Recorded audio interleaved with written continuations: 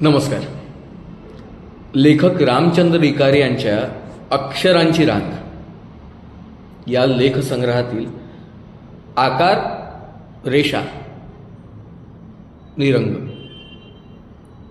हा लेख मी सादर करतोय.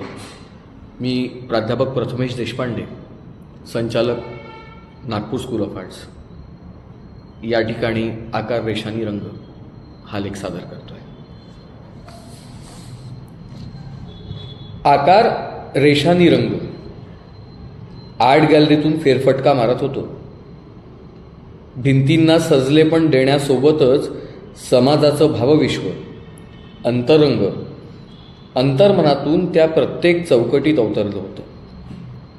रेषांचा चोरकसपणा, रंगांचे फटकारे आणि आकारांचं अस्तित्व प्रत्येक चित्राला जिवंत करीत होतं. प्रत्येक चित्र स्वतःच्या वेगळ्या अस्तित्वासोबतच मानवाच्या विशिष्ट भावनांचं प्रतिनिधित्व करत होतं.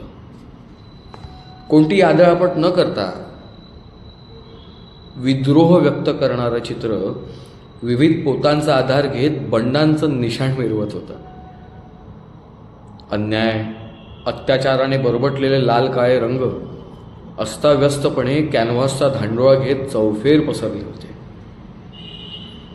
अन्यायाविरुद्धचा आवाज उठविणाऱ्या साऱ्याच चिन्हांनी अवकाश व्यापून गेले होते. यासोबतच काही निसर्गचित्रही जादुई आविष्कार पांघरून हजर होते. लयबद्ध आणि डौलदार झाडांचे आकार, धुसर होत जाणाऱ्या पाऊलवाटा, पावसाच्या सरींप्रमाणेच ओघळणारे जलरंग क्षणात मनाला चिंब चिंब करीत होते. वा. तर त्याच दालनात काही अमूर्त कलाकृतीही विचार करण्याच्या विविध वाटा धुंडाळण्याचं निमंत्रण देत होत्या. एका कलादालनातील चित्रप्रदर्शन, त्यातील चित्र, चित्रातील विषय या साऱ्याच गोष्टी मला मानवी जीवन प्रवास वाटू लागल्या. एका चित्राचा प्रवास आणि माणसाचा जीवन प्रवास यात अनेकानेक साम्य वाटू लागले. बालपण अगदी निरागस असतं. अगदी निरभ्र अवकाश, रंगीबेरंगी स्वप्नांची आखणी करणारं बालमन रेषांनी, रंगांनी सजून जाणं आसुसलेल्या कोऱ्या कॅनव्हाससारखं. मनाची पाटीही कोरी आणि कॅनव्हासही. त्या बालपणाचं रांगणं सुरू होतं आणि घराचं अंगण फुलू लागतं. अगदी तसंच कॅनव्हासवर सुरू होतो रेषांचा प्रवास. या दुडूदुडू पावलांना हळूहळू गती येते आणि इकडे कॅनव्हासवर उमटू लागतात ठळक रेषा. अस्तित्वाची झलक निर्माण होऊ लागते.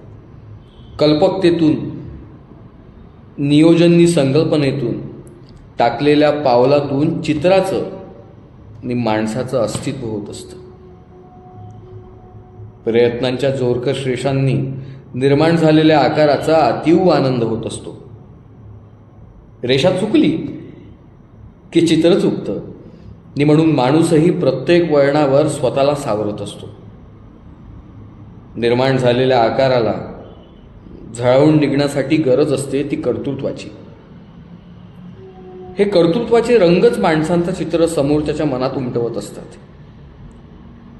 जेवढे उंच कर्तृत्व तेवढे आल्हाददायक आणि चमकदार रंग चित्राला असतात.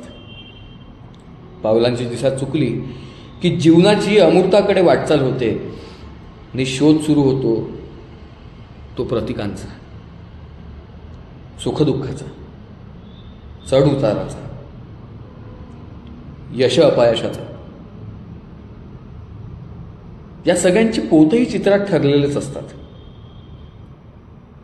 याने अशा अनेक गोष्टी पार्श्वभूमी मानून उजळणी गडद रंगांच्या छटांच्या ऊन सावल्यांचा खेळ सातत्याने सोबतीला घेत माणूस मात्र ठाम उभा असतो. जीवन अवकाशाच्या कॅनव्हासवर अगदी मधोमध भविष्याचा वेध घेत. धन्यवाद.